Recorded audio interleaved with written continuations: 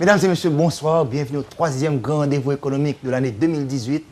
Après le grand argentier de la nation le 1er janvier, le gouverneur de la Banque centrale le 2 janvier, le dimanche d'après, nous avons le point de vue du secteur des affaires. Et ça fait déjà quelques années, Pierre-Marie Boisson choisit pour cet exercice. Pierre-Marie Boisson, meilleurs vœux, bonne année 2018. Nous comptons voir. Mon cher partagé, meilleurs vœux à tes auditeurs et téléspectateurs. C'est toujours un plaisir immense de me retrouver à ce micro. Et je crois que c'est devenu une habitude, j'espère qu'il va durer. En général, vous vous attendez à préparer cette activité de toute l'année. Ça fait plaisir. Hein? Non, mais c'est vrai que c'est une émission que j'assimile à un examen de passage parce que je suis passionné de ma profession. Je lis beaucoup sur l'économie, notamment sur les choses qui me passionnent, l'économie américaine, française et autres. L'économie internationale en général et bien sûr dans ma fonction d'économiste conseiller depuis maintenant 26 ans du groupe Sogebank. Je me documente énormément sur l'économie haïtienne, c'est un challenge. Et donc c'est l'examen de passage de l'année pour voir si j'ai bien assimilé. Un petit exercice pour les jeunes en général. Et vous êtes ingénieur de profession et vous avez eu par la suite des formations en management et en économie. Quelques conseils pour les jeunes, ce parcours? C'est difficile de donner un conseil pour un parcours. Parce que le parcours n'est pas en général quelque chose qui est prédéterminé. Je dis toujours que le plus important pour réussir dans la vie, c'est de savoir s'adapter. Et on dit toujours que l'intelligence, c'est la faculté d'adaptation. Vous n'avez pas été influencé par la famille pour le génie? J'ai été influencé par la famille pour le génie. En fait, à l'époque, j'avais une compétition dans mon cerveau entre le génie et le droit. Je voulais étudier le droit. Et j'ai toujours été quelqu'un qui plaide beaucoup dans ma vie. Et j'ai communiqué beaucoup. L'argumentation, c'est ça? J'avais beaucoup de très bons résultats en rédaction, en littérature, en français en général, et en langue. Donc, mais les mathématiques, c'est l'apanage de la famille Boisson. Et le génie aussi, le génie civil. Nous sommes une famille d'ingénieurs. Et donc, j'ai opté pour suivre les traces de mon père. J'ai commencé ma carrière comme ingénieur civil. Mais comme beaucoup d'ingénieurs, j'ai été attiré par la finance et l'économie. Et je fais donc ce qu'on appelle un mid-career switch. C'est à ce moment que j'ai été prendre ma maîtrise en affaires et ensuite la maîtrise en administration publique et en économie à Kennedy School. Et on dit très souvent les mathématiques, ça aide pour la transition en économie. Donc, non seulement les mathématiques, mais la façon de penser. La façon de penser d'un ingénieur est extrêmement similaire à celle d'un planificateur, je dirais, d'un économiste d'affaires. Et on voit toujours input-output système et aussi la logique d'un économiste est très similaire à celle de l'ingénieur. C'est pourquoi je dis toujours comme statistique qu'à Harvard Business School, à l'époque où j'étais à Harvard, le tiers de la classe, c'était les ingénieurs. Et en fait, les gens qui ont refait la prospérité latino-américaine dans les 30-40 dernières années ont été en grande partie les financiers, du monde bancaire et économique ont été des ingénieurs. Quelques conseils pour les jeunes, c'était pas mauvais quand même. Pierre-Marie Boisson, l'année 2017, on commence en général la première partie avec ce qui se passe au niveau mondial, l'économie mondiale. Ça a été une bonne année au niveau de l'économie mondiale. Les États-Unis, on a vu déjà, étaient sur la route depuis Obama. Ça a continué avec Donald Trump. L'Europe s'est mise de la partie. L'Asie, on sait en général ces jours-là. Comment vous avez analysé l'économie mondiale 2017? C'est une économie qui, jusqu'à l'année dernière, et j'ai utilisé le terme atomico, marquait le pas. Parce qu'elle était sortie d'une crise financière qui était d'origine immobilière et financière. Donc, la récession était menée par une crise immobilière. Nous remontons à 2007-2008. 2007-2008. Donc, ce genre de récession, comme je l'ai expliqué à plusieurs reprises, a toujours été suivi d'une difficulté de reprise. Parce que la reprise qui se fait normalement avec le crédit est lent puisque c'est une crise financière. Donc les banques s'ajustent et il y a des surcapacités qui font qu'il y a beaucoup d'excès qui sont à résorber pour que l'économie puisse reprendre. Donc l'économie a repris depuis un an et demi après. Donc un an et demi après, donc en 2009, il y a eu la reprise, juin 2009 pour être plus précis. Mais elle a eu une reprise lente. Une reprise lente et avec des allées et venues. L'année qui vient de s'écouler, l'année 2017, est la première année, en réalité, depuis la grande récession, où on a une franche reprise. Une franche reprise avec une économie mondiale qui évolue et qui a été, d'ailleurs, les prévisions ont été révisées en octobre par rapport à celles d'avril. Le Fonds monétaire estime que la croissance mondiale a été de 3,7%. 75 pays ont participé à cette croissance. Donc il n'y a que le quart des pays recensés par le Fonds monétaire, qui sont à peu près 200, qui ne sont pas en croissance, qui ne sont pas en nette reprise. Et on a eu par exemple des situations où vous prenez même le Brésil qui est en récession, avec une crise assez importante, et retourner à la croissance. Et vous prenez l'Amérique latine en général, est retournée à la croissance. L'Europe est retournée à la croissance, et avec une croissance de 1,5% pour les nations avancées, c'est assez fort. Les États-Unis vont bien, et je dirais que les États-Unis, ce qui n'est pas très bien analysé par beaucoup d'économistes qui voient des facteurs conjoncturels, qui voient tout de suite c'est le président, c'est Trump ou autre, non. Le président n'est qu'un acteur. Hein. Mais les États-Unis, c'est une locomotive mondiale, donc une bonne partie de la reprise américaine, donc de la croissance de l'économie américaine, vient des autres pays, vient de la reprise en Europe. Bon, maintenant, c'est vrai que la Chine a aussi une petite reprise, mais la Chine est beaucoup plus timide comme reprise et les prévisions montrent que, alors que le reste du monde va continuer à croître et à améliorer sa croissance, la Chine va un petit peu ralentir l'année prochaine. Donc, mais on a quand même une croissance de 6,8% en Chine. C'est loin d'être le double digit qu'on avait avant la grande récession. Et la Chine a comme problème, comme l'un des défis, parce qu'il y a plusieurs défis à l'économie chinoise, mais l'un des défis majeurs à l'économie chinoise, c'est que depuis 2010, je dirais, la croissance est menée par une forte, un volontarisme au niveau financier et un système bancaire qui, d'après moi, prête trop. Donc il y a une accumulation de dettes dans l'économie chinoise qui la portera d'ici l'année 2010 à 320% du PIB, qui est un des records, je dirais un record mondial. Et quand vous avez ce genre de dette-là, à un certain moment, vous allez devoir ralentir. Donc, dès qu'on ralentit, la locomotive étant l'investissement, cet investissement-là, privé, en machinerie, en équipement, en infrastructure, va certainement ralentir avec le fait que le système bancaire va devoir résorber un certain nombre de prêts, d'ailleurs, dont un certain nombre sont improductifs, sont délinquants, et aussi le fait qu'on ne peut pas continuer cette croissance basée sur l'investissement et le crédit. Indéfiniment. Vous avez parlé de la longue récession et on ne connaissait pas ce terme pendant longtemps. On parlait de récession, de trimestre. Maintenant, cette récession a été assez longue. Qu'est-ce qui explique ce problème structurel? Ce n'est pas la récession. La récession a été une récession relativement longue. C'est 18 mois. 18 mois, ça a duré en fait de 2008 à 2009, mi-2009. Et j'avais prédit, comme tu t'en souviens, que ça allait s'arrêter là, parce que c'est à peu près la durée de la récession qui avait eu lieu en 81 aussi, qui était une longue récession. Mais c'est la suite de la récession a été une croissance, mais une croissance que j'ai appelée à la japonaise. C'est-à-dire une croissance qui n'est pas très rapide, hein, où le crédit, l'immobilier ont du mal à reprendre. Et ceci est dû tout simplement à l'origine de la récession, au fait que c'est une récession de nature financière, c'est-à-dire qu'elle est menée par une crise financière. Parce que la récession peut être menée, comme c'est probablement le cas de la prochaine, hein, on va en parler tout à l'heure, d'ici 2 ans et demi, il y aura probablement une récession aux États-Unis, qui vient de la fin d'un cycle.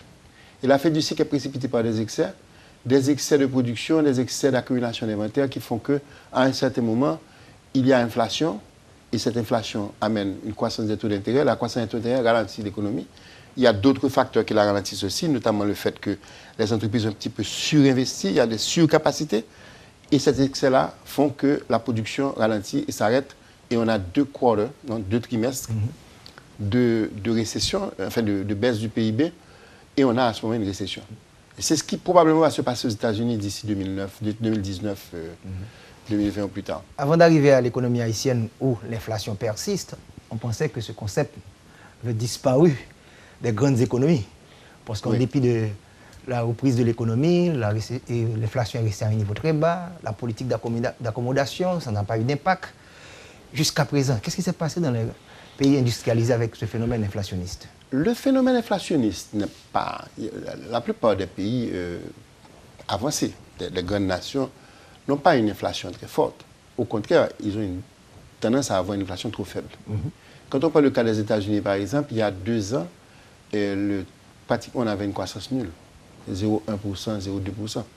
L'année dernière, qui n'est pas l'année 2017, l'année 2016, la croissance aux États-Unis était de l'ordre de 1,2%. Okay, donc c'était déjà une augmentation par rapport à 2015. Maintenant, ça a doublé. Hein. C'est-à-dire c'est un alentour de 2,2%, 2,2%, dépendant du mois qu'on regarde. Et il y a même une économiste qui est très, très brillante, qui est Nancy Lazare, dont j'ai visionné une interview il y a 6 mois, qui, elle, voit dans cette poussée d'inflation le germe de la prochaine récession. Et elle voit aussi, pour la première fois depuis la grande récession, la récession des années 2007-2008, 2009 enfin, jusqu'à mi-2009, elle voit une croissance maintenant des salaires moyens. Cette croissance des salaires moyens semble refléter, bien qu'avec des corrections, enfin je dirais des réserves, hein, cette croissance des salaires, elle est symptomatique d'un marché du travail qui commence à être tendu. Le chômage à 4% est un chômage historiquement très faible. C'est parce que le plein emploi aux États-Unis. Donc, il va y avoir certainement, à un certain moment, les employeurs vont devoir mettre un peu vont devoir augmenter les salaires pour pouvoir se recruter la force de travail qu'il leur faut. Ceci étant dit, le Fonds monétaire, la Banque mondiale examinent que malgré tout, dans toutes les économies de l'OCDE, donc les économies avancées, on observe plutôt un effet à retardement, c'est-à-dire qu'il y a beaucoup, beaucoup de difficultés. Il n'y a pas une croissance des salaires comme c'était le cas avant la grande récession. Et il y a plusieurs facteurs qui expliquent ça. Il y a notamment la technologie, bien sûr, puisque la technologie est en train de remplacer la main-d'œuvre, donc il y a un effet d'ajustement. Il y a beaucoup d'emplois qui sont disparus, ou du moins qui s'en vont, qui ne sont plus nécessaires. Hein. Par exemple, les agents de voyage. Les agents de voyage souffrent. Parce qu'aujourd'hui, quand on achète un ticket, bon, la plupart des gens l'achètent directement sur Internet. Par exemple, je prends l'exemple. Mais il y a la robotisation qui se fait aussi dans des opérations industrielles. Il y a aussi l'exportation de main-d'œuvre à partir de la communication vers des centres comme l'Inde ou autres qui sont plus compétitifs que les États-Unis. Donc il y a une destruction de travail, des postes d'emploi classiques à partir de la technologie et à partir aussi de l'augmentation de la productivité, d'accord, qui devrait faire augmenter les salaires, mais attaque l'emploi, bien sûr. Il y a aussi le fait de la nature de la reprise, qui est lente, qui est une reprise où le crédit a eu du mal à reprendre. Donc forcément, ça entraîne que les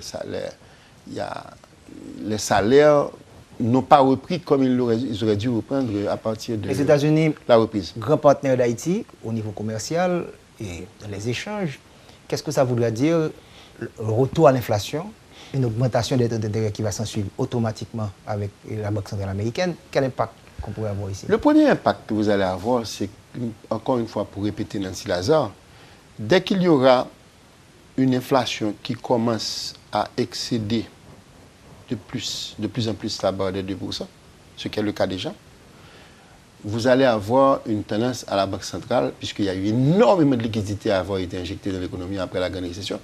Comme Christian, tu l'as dit tout à l'heure, il y a eu un programme très audacieux au niveau des banques centrales, de toutes les banques centrales, qui ont racheté des actifs et qui ont injecté de la liquidité. Cette liquidité-là est une sorte comment tu appelles ça, overhang, c'est-à-dire qu'elle est un effet c'est une menace, hein, j'oublie le terme mais c'est une menace. Hein. La menace inflationniste vient de l'excès de liquidité qui, lorsqu'il va être utilisé par les banques pour faire du crédit, vont provoquer de l'inflation. Cette inflation va provoquer une tendance à la surchauffe, donc une tendance à l'augmentation des salaires et à l'augmentation des coûts en général, qui va faire que les entreprises vont devenir moins rentables. C'est déjà le cas, où les marges bénéficiaires vont s'affaisser. Ces marges bénéficiaires s'affaissant, venant d'une demande trop forte, la Banque centrale aura tendance à réagir en augmentant les taux d'intérêt. Ces taux d'intérêt-là vont provoquer un ralentissement de l'économie américaine, qui est notre premier partenaire commercial. Donc la demande, par exemple, pour les exportations d'Haïti, la demande pour le tourisme va baisser. Ah ouais? Donc ça, c'est un premier impact. Le deuxième impact sur Haïti, bien sûr, c'est un impact sur tous les pays de la région. C'est un appel de capitaux. C'est-à-dire forcément, il y a des capitaux haïtiens qui vont estimer que c'est intéressant, c'est plus intéressant pour eux aujourd'hui de chercher à être investis aux États-Unis. Mais comme ces capitaux-là n'ont pas une forte demande en Haïti non plus, ce deuxième impact, donc ce deuxième canal de transmission de la montée des taux d'intérêt aux États-Unis, va tout simplement être une augmentation de l'épargne haïtienne aux États-Unis, mais qui, dans l'état actuel de l'économie haïtienne, ne fera pas beaucoup de différence. Parce qu'elle n'est pas bien employée dans l'économie haïtienne. Il y a beaucoup de liquidités aussi dans l'économie haïtienne. Pour finir cette première partie, la politique fiscale des États-Unis, tax cuts, la réduction des impôts, que ce soit au niveau des corporations ou encore des individus aux États-Unis, dont les Haïtiens, est-ce que ça va changer la donne? La réduction des taxes, pour moi, jusqu'à présent, n'est pas soutenable. C'est-à-dire, quand je dis qu'elle n'est pas soutenable, comprenez bien. Il y a eu un programme fiscal aux États-Unis qui a été très audacieux, réduisant l'impôt sur les sociétés de 35 jusqu'à 21%. Et utilisant des loopholes qui sont pour équilibrer cet impact-là. Et, par exemple, réduction aussi des impôts sur les classes moyennes, mais pour une période de temps limitée. Donc, d'ici 2020, ceci va expirer. Qui fait que c'est une réduction dont l'impact fiscal sur les États-Unis d'Amérique est sous-estimé. Aujourd'hui, on parle de 1,5 trillion de dollars d'augmentation de la dette américaine. Moi, je crois que ça va probablement se situer beaucoup plus dans l'ordre de 4-5 trillions. Et je prends un exemple très simple. Ces réductions d'impôts sur les classes moyennes américaines, quand elles vont expirer, M. Trump n'aura pas encore été en élection, pas vrai? Puisqu'il il est rentré président de la République, il a été élu l'année dernière, donc en 2016, et il est entré en fonction en janvier 2017. Donc, il y aura une élection en 2020. Mais en 2020, c'est à ce moment-là que va se poser un défi pour le Parlement américain, puisque ces rabattements fiscaux, cette diminution de taxes sur la classe moyenne vont expirer. Donc la probabilité est très forte que le Parlement, qui sera là pour des raisons politiques, parce qu'on sera en année électorale, va renouveler à nouveau. Parce que la réduction de taxes sur les riches et sur les corporations est permanente, alors que la réduction de taxes sur la classe moyenne sont temporaires. Donc, il y aura une pression politique énorme pour les rendre permanentes, et ceci va coûter 2 trillions de dollars en plus sur la dette. Ceci seulement. Okay. Ensuite, M. Trump va devoir faire face à d'autres challenges, notamment le challenge de l'infrastructure, du programme d'infrastructure, notamment. Il y a toutes sortes de choses qui vont se passer, qui vont faire augmenter le déficit qui a été prévu. Et l'augmentation de ce déficit, c'est lui qui va entraîner l'augmentation des taux d'intérêt, qui est une menace sur l'économie américaine, donc sur la demande de l'économie américaine sur l'économie haïtienne. Donc le coût politique peut être élevé en quelque sorte pour les États-Unis à moyen long terme. Voilà, nous venons de couvrir la partie mondiale de cette émission et nous allons prendre une pause. On revient avec Haïti, politique fiscale, politique monétaire, tout ce qui a été dit les 1er et 2 janvier.